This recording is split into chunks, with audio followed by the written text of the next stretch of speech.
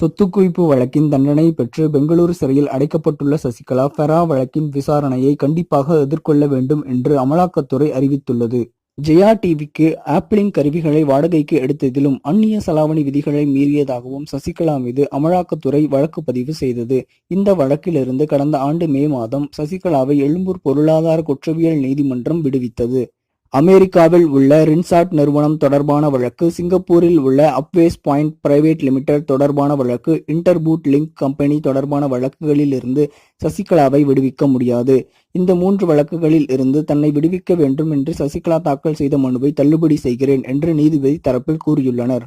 TTV Dinakaran மற்றும் சசிகலாவை விடுவித்த எழும்பூர் நீதிமன்றத்தின் உத்தரவை ரத்து செய்ய கோரி அமலாக்கப் பிரிவு உயர்நீதிமன்றத்தில் மேல்முறையீடு செய்தது. இந்த மனு நீதிபதி சொக்கலிங்கம் முன்னிலையில் விசாரணைக்கு வந்தது. வழக்கை விசாரித்த நீதிமன்றம் எழும்பூர் நீதிமன்றத்தின் உத்தரவை ரத்து செய்ததுடன் அந்நிய செலாவணி மோசடி வழக்கை சசிகலா எதிர்கொள்ள வேண்டும் என கடந்த பிப்ரவரி மாதம் ஆணையிட்டது. உயர்நீதிமன்ற உத்தரவின்படி எழும்பூர் நீதிமன்றத்தில் மீண்டும் விசாரிக்கப்பட்டு வருகிறது. சொத்து குவிப்பு வழக்கில் தண்டனை பெற்றுள்ள சசிகலா கடந்த பிப்ரவரி 16ஆம் தேதி முதல் பெங்களூரு சிறையில் அடைக்கப்பட்டுள்ளார்.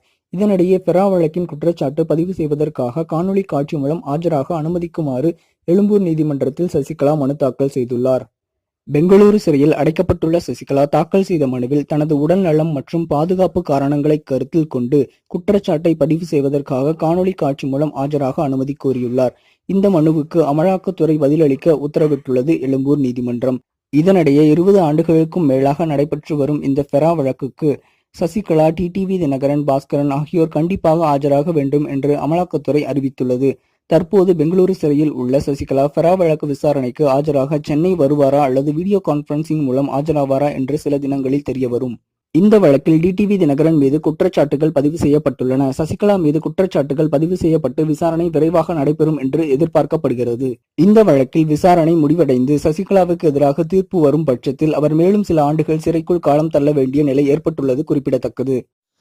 இது போன்ற செய்திகளை உடனுக்குடன் அறிய டாப் நியூஸ் சேனலை சப்ஸ்கிரைப் செய்யுங்கள். நன்றி, வணக்கம்.